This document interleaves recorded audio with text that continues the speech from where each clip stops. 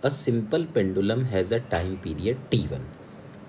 The point of suspension is now moved upward according to the relation y is equal to kt square, where y is the vertical displacement. The time period now becomes t2. Then the ratio of t1 square upon t2 square is. तो शुरू में तो यहाँ पर ये कह रहे हैं कि एक सिंपल पेंडुलम है जिसका टाइम पीरियड t1 है। तो नॉर्मली तो जो टाइम पीरियड होता है वो ये होता है 2π√L/g। अब दूसरे केस में कह रहे हैं कि मान लो एक ऐसा मतलब लिफ्ट है या एलिवेटर है और इसके अंदर ये पार्टिकल है और ये किसी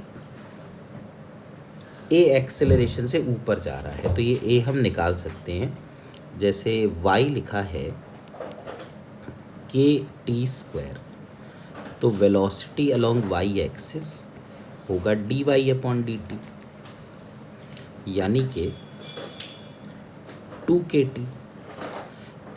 तो acceleration along the y axis होगा dvy/dt, यानी कि 2k, और k की वैल्यू 2 है तो 2 2 ज़ा 4 मीटर पर सेकंड स्क्वायर।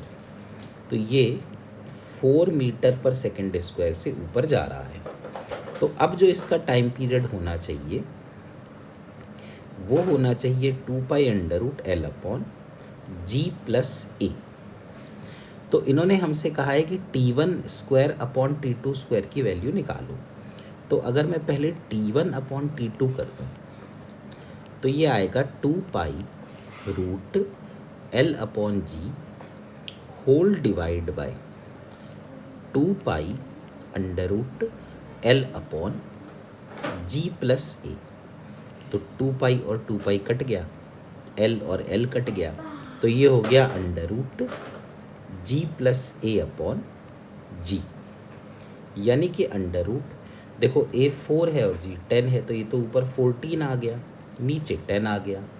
तो इसका मतलब t1 square upon t2 square, ये वैल्यू 14/10 आ गई। अब इसको अपन सॉल्व करें तो ये आ जाएगा 7/5। तो इसका जो आंसर आना चाहिए वो आना चाहिए 7/5।